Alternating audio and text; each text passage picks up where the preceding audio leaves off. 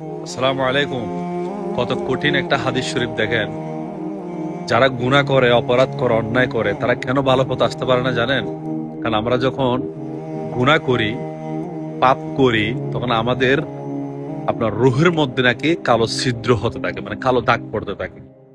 তো দাগ পড়তে পড়তে যখন এক সময় যখন এটা ভরে যায়, তখন আল্লাহ পাক মোহর মেরে দেয়। মানে আল্লাহ পাকের আদালতের মধ্যে এটা কি একদম নো এন্ট্রি, মানে এটা আমার রহমতের ধারে কাছে আর নাই। হ্যাঁ, যতদিন হায়াত আছে বাঁচবে, এরপর মারা যাওয়ার পরে আগুনের মধ্যে জ্বালাবে। এখন কিভাবে এটা থেকে বাঁচবো আমরা, বা কিভাবে বাঁচি? গুনাহ আমাদের হবে, হয়ে যাচ্ছে, শয়তান আমাদের প্রকাশ্য শত্রু। তখন আল্লাহ পাক একটা উপায় দিলেন, সেটা হচ্ছে তোমরা যত সময় পারো, যেখানে পারো, বলবা আস্তাগফিরুল্লাহ। মানে যত ইস্তেগফার পড়বা, যত দরুদ শরীফ পড়বা, তত তোমাদের ওই দাগটা নাকি আস্তে আস্তে উঠতে শুরু করে, হালকা হতে শুরু করে।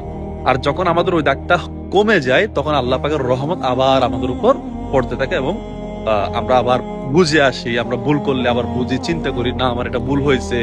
আবার আমরা নামাজ ধরি, রোজা ধরি, হজ করি, জাকাত করি, আবার ভালো পথে ফিরে আসি। কিন্তু কিছু মানুষ দেখবেন, এই যে খারাপ করতেই আছে, তার মধ্যে কোনো অনুশোচনা নাই, মানে গিল্টি ফিল নাই যে আমি যে জেনা করলাম এটা আমার ভুল হয়ে গেছে, অন্যায় করলাম, চুরি করলাম, ডাকাতি করলাম, এটা আমার ভুল হয়ে গেছে। মানে এতে তাদের মধ্যে গিল্টি ফিল পর্যন্ত থাকে না। হ্যাঁ, এটার কারণ হচ্ছে তারা দরুদ পড়ে না এবং ইস্তেগফার পড়ে না।